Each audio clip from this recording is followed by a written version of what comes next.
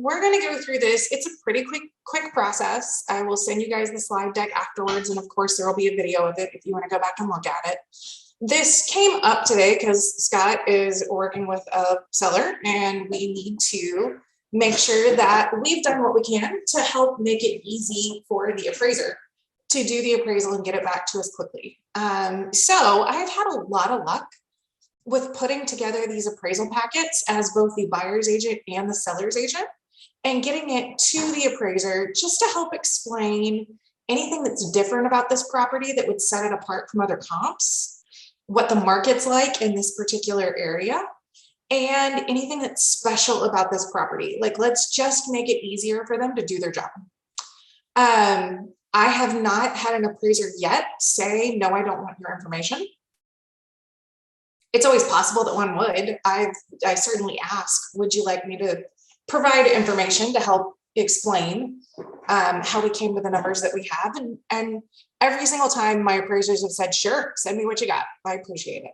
Doesn't mean that they'll take it into consideration, but it's something that we can do that helps make it easier for the appraiser to gather the information they need to do their appraisal. So, oops, there we go. Okay, so what is an appraisal package? All it is it is a package of information that when it's strategically assembled, it can help the buyer and the seller feel confident in the appraisal process, resulting in the highest possible valuation. What that means is that the seller gets the highest purchase price they can. And for the buyer, it means they don't have to worry about the out appraisal waiver. So they get to keep their cash in their pocket. Let's talk about what that means exactly. What I mean when I'm talking about this is 3 different examples of a property that went under contract at $375 that was appraised and how much cash that buyer had to bring to the table. So for this example, I'm assuming that we did a 3% conventional down payment because right now that's what a lot of our first-time home buyers are doing, is they're doing a 3% down payment conventional loan. If the purchase price on that was $375 and it appraises at $375, not including their closing costs, so their prorated taxes, their escrow fees, that kind of thing, they're going to bring $11,250 to the table. That's their 3%. But let's talk about what happens if it doesn't appraise at $375. Let's say that we purchased it for $375, but it appraised for $365. That buyer is now bringing $20 grand plus their closing costs to the table. If it appraises for $350, they're bringing $35 grand plus their closing costs. So I was looking at one today with Laurent. The closing costs looked like they were going to be about $12,000. So his buyer, if appraisal misses by 25 grand off of the purchase price, his buyer's going to have to bring almost $50,000 to the table. That's a lot. It's a whole lot. And so I think it is our jobs, whether we're representing the seller or we're representing the buyer, to do what we can to get that information over to the appraiser to make it as easy as possible. Listing appraisal packets are super easy. I'm going to show you guys a few of them here in just a few seconds, but I wanted to kind of list out for you who can provide what during this process. You as an agent can do either. You can represent the buyer and help prepare this packet. You can represent the seller and help prepare the packet. If you represent the seller, it's a whole lot easier because you have access to all of the information. If you represent the buyer, you may not have the first page of every offer that was accepted or that was submitted but not accepted. You also may not have all of the information about updates that were done to the property that the listing agent didn't tell you about. So if you are representing the buyer, the way that I handle this is I put together all of this information that's on the left side under buyer side. I'm printing a CMA. So I'm pulling comps out of the MLS and I'm printing that. I'm going to write all over that sucker to help explain to the appraiser, number one, what were the criteria I used to pull this? So how did I decide that these were comps? And then I'm going to make notes on that document about how does my property that my buyer is purchasing, how is it different from these comps that you're seeing? So if you know one of them has been fully updated and one of them hasn't been updated at all, I'm going to write that on there. So any details about the comparable properties. If you have the survey, include it. That way they're not having to guess how much land is it. They're not having to trust what's in the MLS. They're able to look at the survey itself. You want to include the executed contracts and all of the amendments, all of the addendums, everything, so that they have a full picture of what has happened with this particular deal. If there's a floor plan available, which sometimes even if the listing agent doesn't give it to us, a lot of these houses that are selling right now are new construction that's maybe a year old. We can figure out what the floor plan is and download it off of the builder's website. So I will do that some of the time. I provide the MLS printout so that they don't have to go look it up in the MLS to get all of that information. They've got it right there. And then if you have access to the tax appraisal or the tax report, I will include that as well. If you represent the buyer, the way that I would handle this is you're going to prep all of this stuff that's on the left-hand side and then call that listing agent and say, hey, when this appraiser contacts you, I'd like to put together an appraisal packet. I'd like to work with you to put together an appraisal packet so that we can together help the appraiser make this easy, make it fast so this deal stays on the rails and keeps moving quickly. If I send you my part of it, can you include the first page of every offer that was submitted but you didn't accept, and any information that you think might be important that I didn't include? And when that appraiser calls, will you share their contact information with me and the date and time? The reason we do that is, again, we're not going to have all of the information as the buyer's agent, but as a seller's agent, they'll have more information. And oftentimes my experience has been, if you explain to them why you are doing this and that you aren't asking them to share any confidential information like those other offers with you, like, we're not asking them to give it to me. I'm asking them to take what I've already done, add their part and forward it. Oftentimes they'd be happy to do it. And if they're not, you can still give them a whole bunch of other information. I'm going to stop there for a second and ask you guys what questions you have. Well, you already know I have probably 5. Good. Fire away. It is not compromising confidentiality to send an executed contract to an appraiser. I don't believe so, because the appraiser is part of the transaction. He is someone who is part of that transaction. He's going to ask what it went under contract for. Okay. He's going to ask for those details and that information anyway. So I don't believe there's any issue there. Okay. I guess that was just part of my second question too, with the submitting the first page of all offers, because it does have people's names on it that are not part of the transaction. Yeah. So oftentimes what I'll do is I'll just cross it out with a Sharpie. I'll just block out their names. Okay. And that way it's still got the property and it's got the purchase price. And those are the 2 most important things that we want to see. Okay, perfect. So this was basically what I wanted to know, this exact point, because I'm having a lot of my offers get turned down because of the competition in the market. And it's basically going insane. So I'm worried, if we do get under contract and we went 120 over asking, like how that's going to appraise. Yep. But if I ask the seller, if they don't already provide it with me, but if I say, hey, can I see all the offers you have, the first page of them, I can ask for that? No, they are not going to give that to you. The way that you would do that if you're representing the buyer is you're going to put together your CMA, your comparable property details, why you think that one is worth more than the other. Okay. You're going to put together everything on the left-hand side and you're going to send that to the listing agent. Okay. And say, hey, listing agent, would you add a, blacked out copy of the first page of every contract or every offer and send it to the appraiser? I don't need to see it, but would you be willing to send it to the appraiser? The worst thing they're going to say is no. Yeah, but I mean, they want to win too. They don't want anything to fall through the cracks, and they have to start this process again. So I don't see why they would not. So the way that I communicate that is I pick up the phone and I call the listing agent and I say, hey, when the appraiser contacts you to schedule the appraisal, I'd like to partner with you to put together an appraisal packet so that we can help the appraiser understand how we came to the numbers that we came to. I'm happy to do the vast majority of the lift. I will pull the CMAs, I will pull the survey, I'll pull all the information that I have access to. If I send that to you, will you include the information that I don't have? Things like how many offers you got and what they were for. Okay, the easiest way to do it is to include that first page of the offer. I don't need to see it, but if you would forward it to the appraiser, I'd appreciate it. Okay, cool. Most of the time they're like, yeah, sure. Okay, cool. Yeah, that answers my questions. Yeah. Thank you. And if they say, no, I don't feel comfortable doing that, then you can say, okay, can you tell me how many offers we got? And can you give me any information on the range of pricing? Okay. And if they're willing to say, yeah, we got 13 offers and they went between 325 and 385, perfect. Okay, cool. I will tell you, I haven't had trouble getting an agent to tell me that info before I even submit an offer, because at this point, they know that it's going to be a waste of time at some point.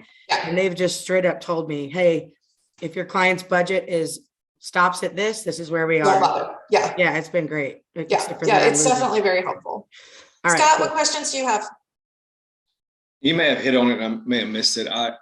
Do you trust that other agent to forward that on? Like, it's kind of like you're sending it in the blind. Yeah.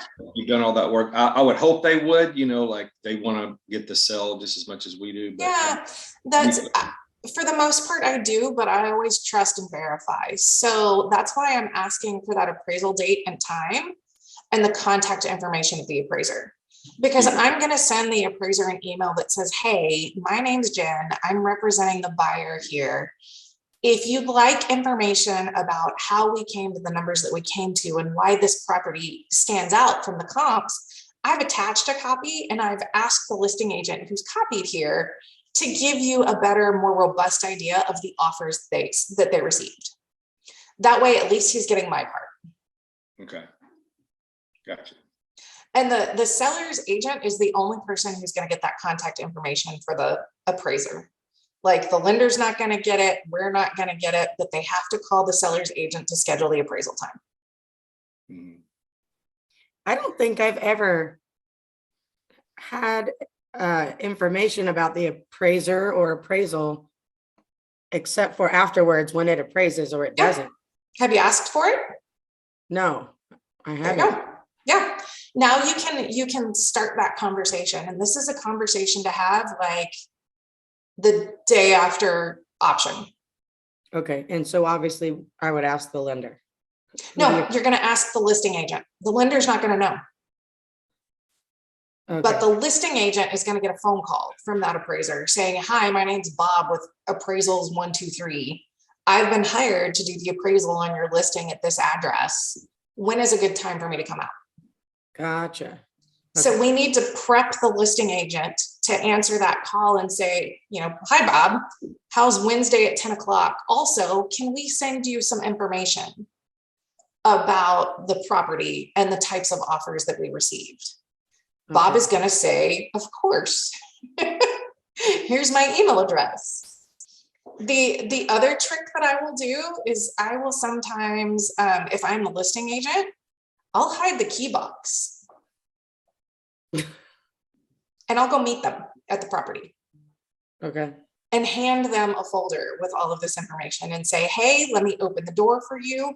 By the way, here's all this information about the house itself and the offers that we received. If there's anything I can do for you, my card's in the folder, and then step back. It's funny, I've done that a couple of times, and every time the appraiser's like, you know what? I have never had an agent meet me at the property. Thank you. You're welcome. Okay, let's take a look at what some of these actually look like so that you guys can see what I'm talking about. They're not fancy. I gotta figure out how my screen share works. Okay, let me stop there. I'm gonna flip over and share this other thing with you guys. I'm gonna show you guys two real ones that I did. I did not include as much of the information as I probably should have. Like, I didn't put the MLS printout in here, or at least I didn't do it in the version that I scanned and saved for myself. But let me show you what I got.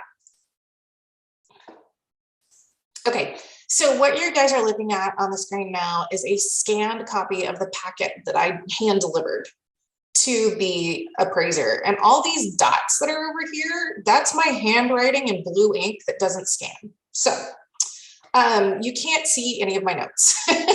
But what I did, let's see if I can rotate this so you guys can see it.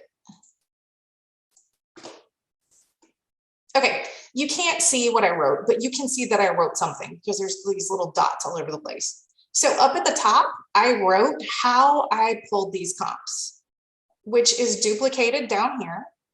But sometimes our appraisers are lazy and they don't want to read all that. So I went through and said, hey, I pulled duplexes within 2 miles of this one that were sold in the last 90 days. That were this square footage and built in this time period. I just write it at the top. Then here between unit mix and acres, you can see I have a whole bunch of little dots. That's where I wrote, this one's updated, this one's not updated, this one's partially updated, this one's not updated at all. Then I came down here and did the same thing here. Like this one's updated, this one's not updated. You know, what to expect. Because one of the things that we saw in that area was these were all built in the 80s. Some of them haven't been touched since the 80s. Some of them have, you know, luxury vinyl plank flooring and the 6-inch baseboards and have been totally updated. So I made those notes there just so that they could see that it did impact the dollar per square foot.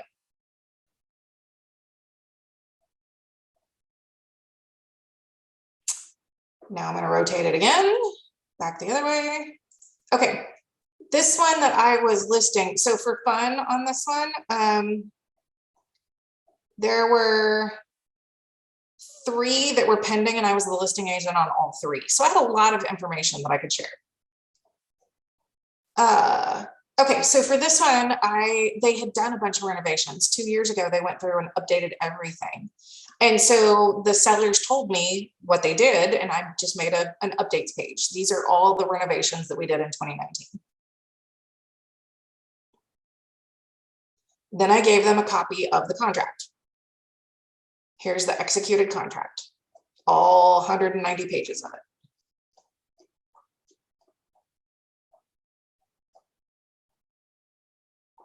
Scrolly, scrolly, scrolly, scroll, scroll, scrolly, scrolly, scroll.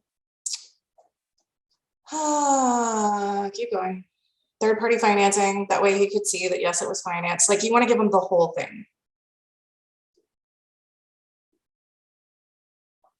The appraisal waiver, very important. The amendment. Kind of a way to say have mercy. Yeah. Like, I mean, really, like, okay. Well, I wanted him to have the whole contract, and then I'm going to show you guys that I had the front page for every other one after that was submitted.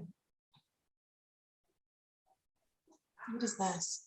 Oh, okay. So here's another fun thing. I was also the listing agent on 2 of the other properties. And so I included the contracts for those other 2 properties so that he could see that while there were 4 of them that were pending, I had all of the information on what those were selling for because I was the listing agent. This was a pretty unique one, and you're not going to see that on the next contract. Okay, so that's the end of that one. Things that I could have included here and I should have included, but I didn't because this was the first time I had ever done an appraisal packet. I didn't include the survey. I should have. I didn't include the MLS printout. I should have. Let's see, what else did I have in there? I did my CMA. I hand wrote my comparable property details. You could print like actual MLS listings of the comparable properties, but I just wrote them in there. I didn't have a floor plan. So there were a lot of things that I left out.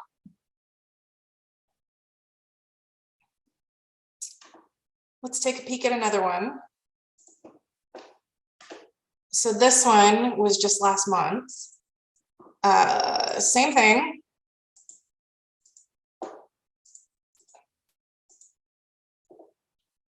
Okay, so I pulled a CMA.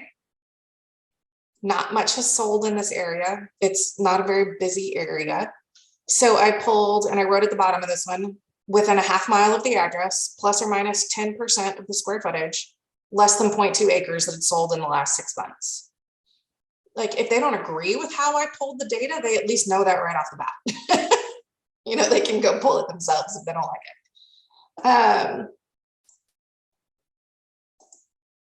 it. Okay, then the executed contract, all of it.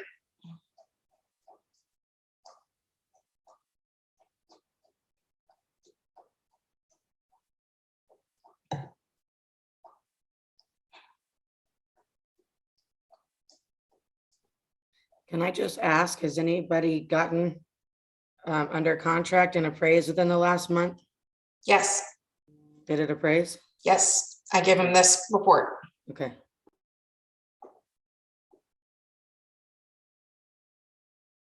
And I'll show you, like, we'll go through this one in detail, but again, everything that was part of the contract is in here.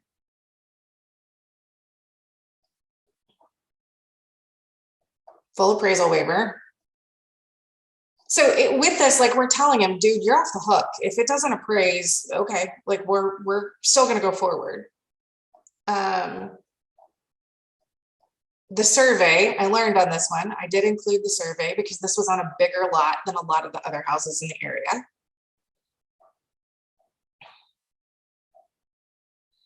And then here is the first page of the other offers. And then, so like on this one, we had another offer for the same amount, was a cash offer. But there was something weird about it. I don't remember what it was. This one, offer number 3, they offered $650, but then they emailed me to increase it to $655. So I attached a copy of that email, which is right here. Then 610, and they added an escalation clause that would escalate up to 652. So I attached that. By the way, this isn't legal. What isn't legal? An escalation clause. I was going to ask you what that even meant.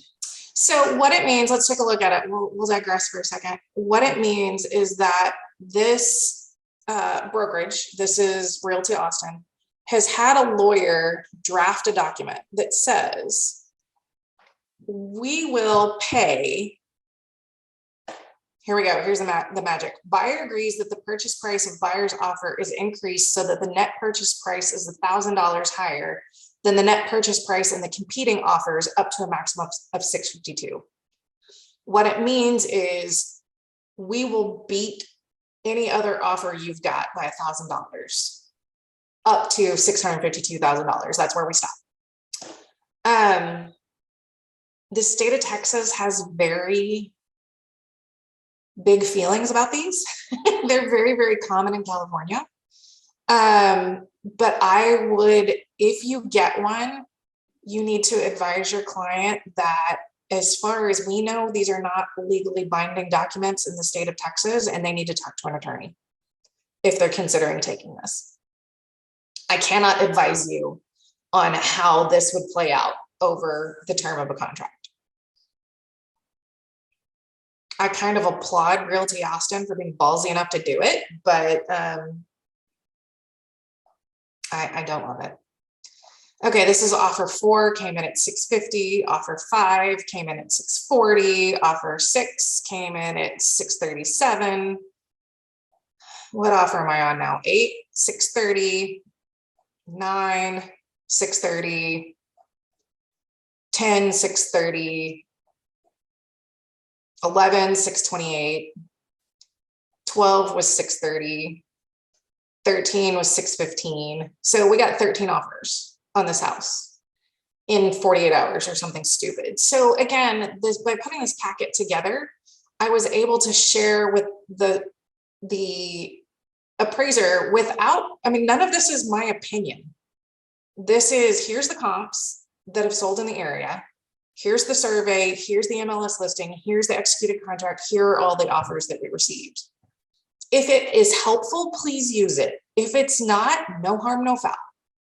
So I've prepared these for the last 5 listings that I've done, and every single one of them's met value. And a couple of them were sketchy, and I'm not sure they should have. But with all of the information being provided, the appraiser decided that yes, it should have made that value, which I appreciate.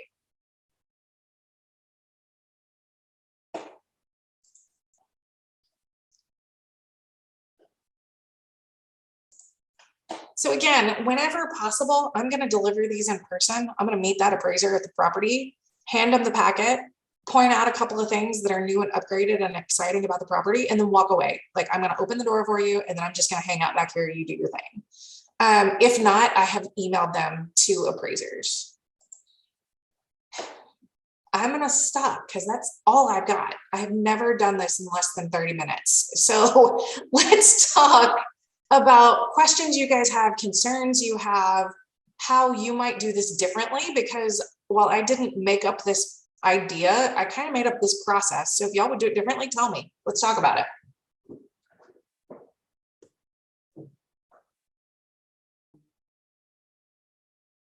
I think it's good. I've made one before, but it wasn't this thorough. But also the market wasn't as insane as it is right now either. So that's really the only thing I was concerned about, is because last year, if you guys remember, it was taking a minute for the appraisers to get caught up. And then finally the appraisers were like, oh man, the market's going nuts, and we missed the train on that information or something. So we were having a huge appraisal issue, and then it seemed to catch up and it's fine. But that's happening again this year, double. It's freaking me out a little bit, considering this is my first year in real estate. I'm like, what the hell is happening? What the hell did I get into? In a market that is ascendingly as rapidly as we are, potentially the one thing that I would add to this would be a snapshot of what the market looked like when your comps sold in that area versus a snapshot of what's happened in the last 30 days. So I would pull I'd set your parameters exactly the same as you would if you were pulling comps now. And then I'd go back to that number of months, however many months ago it was, and pull like the whole area. I actually walked through this earlier with Moran because he's working on an offer for a property that there hasn't been one that's sold in that area since October. You'll be shocked to know that the market has moved quite a bit. And so what we did was we set a search for all single family residences within a mile of the subject property. And we ran it for what sold in the last 60 days. And then we ran it for what sold in September and October last year. So that you could see that the dollar per square foot for very similar homes, 15 to 1800 square foot homes within a mile of the subject property that were built, I don't remember what it was like 2017 to 2021, the dollar per square foot's gone up 25% since October. That's important information that an appraiser may want to know.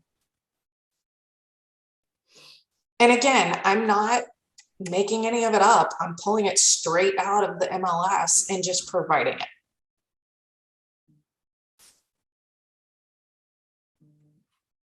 Cool. Yeah, which is why when you pull these, you want to be very, very clear about how you pulled that data. That's why I write it on here. And let me rotate this so that you guys can see it.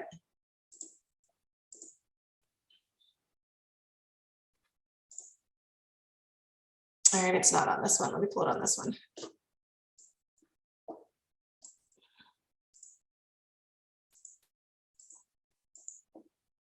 Okay, so when you pull these, it's going to say right here if any properties were excluded. It will say 2 properties excluded. If you're going to exclude something, you damn well better be prepared to explain why you excluded it. That's a good thing to bring up. Yeah, because we don't want it to look like we're manipulating the data. Not manipulating the data. I pulled residential income properties that were active, under contract, pending, or closed. I went back 9 months. It was within 2 miles of the subject address, and it was within, plus or minus 10% of the square footage. I exclude comps all the time. Like if I see them if I see the ones that are just crazy outliers, I don't include them. Yep. So I did not exclude them here, but I explained them in this dots that you can't see section. Okay. Where I put this one's updated, this one's not updated, this one's partially updated, so that they could see that and then make that judgment call themselves. I see. Okay. In that situation, if you've got 5 properties and 2 of them are fully updated and 3 of them are not, you may want to pull the MLS listing for all 5 of those properties with photos and include them. Okay. And then just add a note here and add a note at the top of that MLS listing that says, this one's fully updated. Ours isn't. Make it easy. Because the other thing to consider is like appraisers are real busy. I don't think this summer is going to be as bad as last summer in terms of getting appraisals. Because last summer our appraisers were doing a ton of refis. Oh. Nobody's going to get a refi this summer. Like rates are going up. You missed that boat. So unless you have a 6% interest rate from the early 2000s, you're not refiing right now. So I think our appraisers are going to have a little bit more flexibility and a little bit more time. But again, this just kind of helps explain how we came to what we came to. Here's all the documentation. Feel free to redo it all if you want, but if you don't want, we've done it for you. Scott, what you thinking? I've noticed 2 things I was going to ask you about. One was, I think you had handwritten in there 1.5 miles away from subject property. And then I saw at the end, at the bottom of your comp there, it said 2 miles. 2 miles. Yeah, I think. Or maybe it was another one. I think it was probably the other one. What do you have a recommendation on? Because I have a small neighborhood, or this home is in a small neighborhood, like just under 80 homes, not a lot of movement. And I think there's only like 2 comps in the past 6 months. Yep. So I go as tight as I can and still get a decent number. For the Clay Lane, I went within 0.5 mile. Oh, there it is. Okay. Yeah, I went 0.5 mile and I had to go back 6 months to get a handful of them. For this one, these were duplexes, and they're duplexes in South Austin that are kind of sprinkled in with single family and condos. They're all mixed together. So I had to pull a bigger geographic area to get 5 that had sold. Okay. So keep it as tight as you can and still get a good number. Because if you're looking at houses within 1/4 mile, those are going to be more applicable than houses within 5 miles. Where you may run into trouble, Scott, is you're probably going to have to pull out of 4 Rivers and San Antonio for your CMAs, because different listing agents have different strategies for which ones they put where, and you're not going to get a full picture if you don't pull both. Thanks. Yay, fun. Miss Trish, what you think?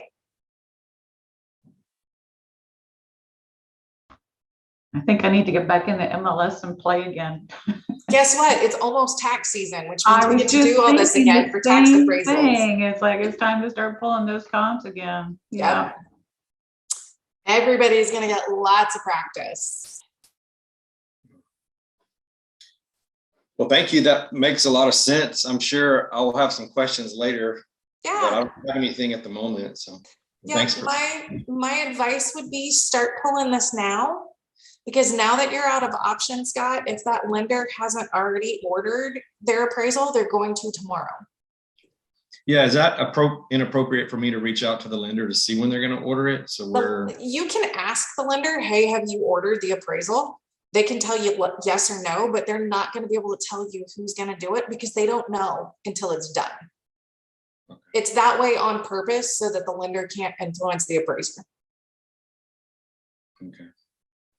So as the listing agent, you're going to be the first person that knows who that appraiser is going to be. Okay. So again, if we're the buyer's agent, how do we know who to email it to if nobody knows who the appraiser is? As the buyer's agent, you're going to call the listing agent and say, hey, listing agent, now that we're through option, I expect you're going to be getting a phone call soon to schedule the appraisal. I'd love to work with you to put together an appraisal packet so that we can provide the appraiser with all of the information that they need to understand how we came to the numbers that we came to. Okay. I haven't had one tell me no. Okay, cool. I mean, they might, but hadn't happened yet. The most frequent question you're going to get is what's an appraisal packet? Really? Yeah. So if you're prepared to say it's information about the property that we want the appraiser to be aware of when he's considering his opinion of value, that's all you need to say. Okay.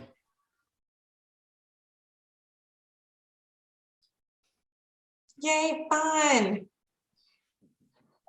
I want to take you guys back to this one to take a look at. So Clay Lane, we put it on the market at $599.9.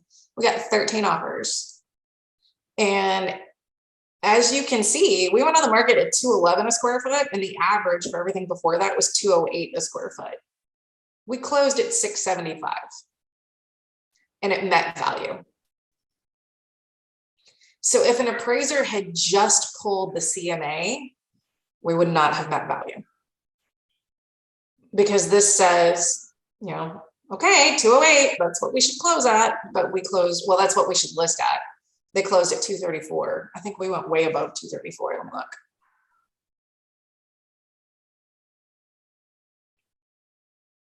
Dear calculator, that was the wrong button. Does anybody else do that? You get your phone out and hit the wrong button? All the time. Especially if they're the same color, like calculator and notes. Yeah. Yeah.